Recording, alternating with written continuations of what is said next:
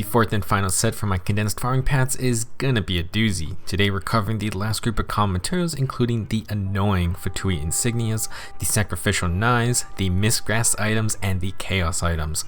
Unfortunately, the Fatui agents and Electro Cicin Mages are so spread out on the map that it's tough to find a condensed area filled with them. I will show these spots with the most amount of them that I keep in mind, but I will also show you how to track these enemies in game without going to an online interactive map. As always, I will have individual timestamps in the description with visual gameplay examples. However, for this video, since I will show off 7 different farming areas, I will be commenting on each one as they come up. If you need more farming paths for the other mob materials, then I also have links in the description for those. So, the last common materials needed for character upgrades are the dreaded Fatui Recruit Insignias, Sergeant Insignias, and Lieutenant Insignias. These are the badge-looking insignias, and they drop mainly from Fatui Skirmishers, and can also drop from Fatui Agents and the Electro Mages. You need these for Diluc and Ningguang.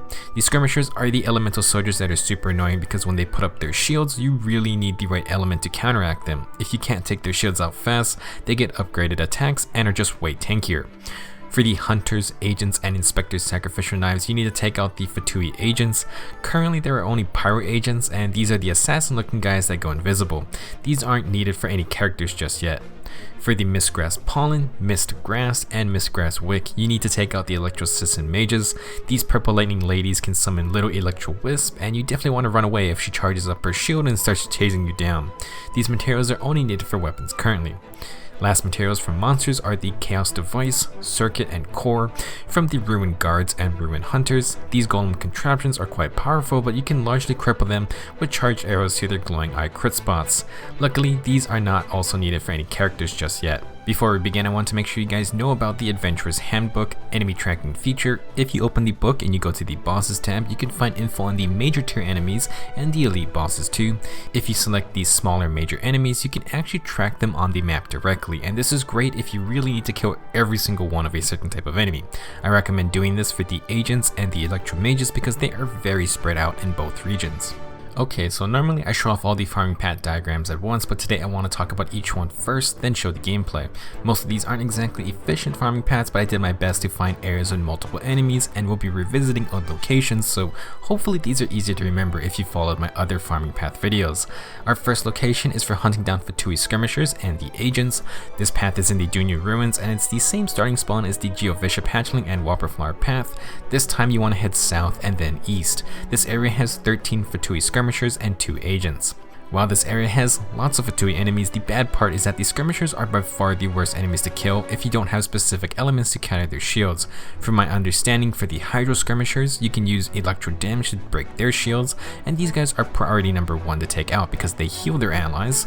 The second enemy I would focus on are the Animal Boxer guys. They will protect their allies with a shield, and if you hit the shield, they charge up a suction-like punch.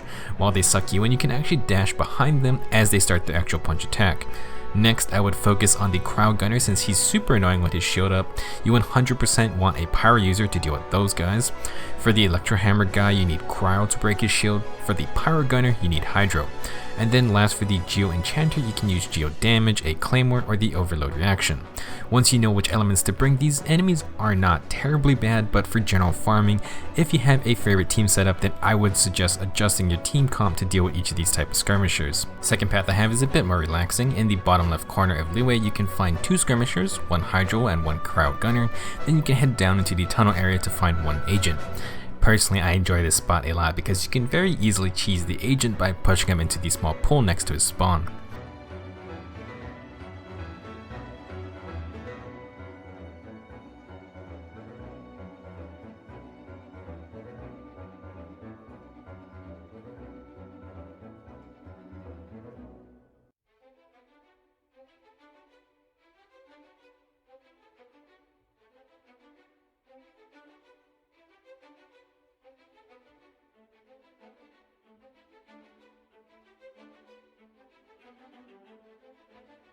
For path number 3, this one revisits the Lingju Pass. You can head north to take out the Fatui agent, and then you can head down toward the middle area with the tree to find a group of skirmishers.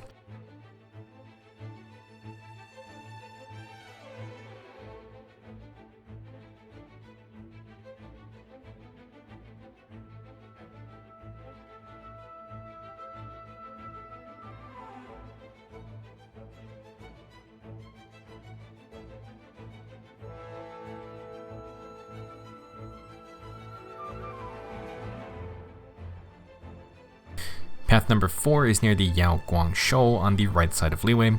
From the spawn on the sand, you can find an Electro Mage and an agent near each other.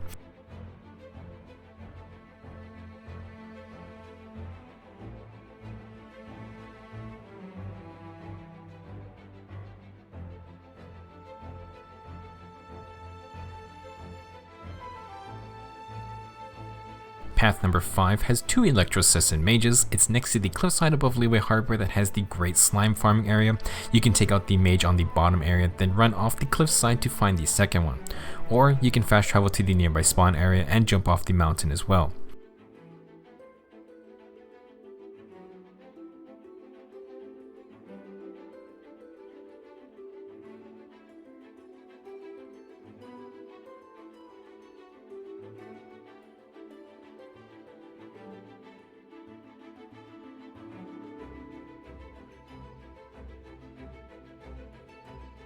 Path number 6 is mainly for finding ruin guards and hunters. Back to the left fast travel point of the Junior Ruins, we can find the same agent from path number 1. Instead of going east, head south and you can find an Electro Mage, 3 ruin guards, and 1 ruin hunter. This spot is nice because you can 1v1 each of the enemies.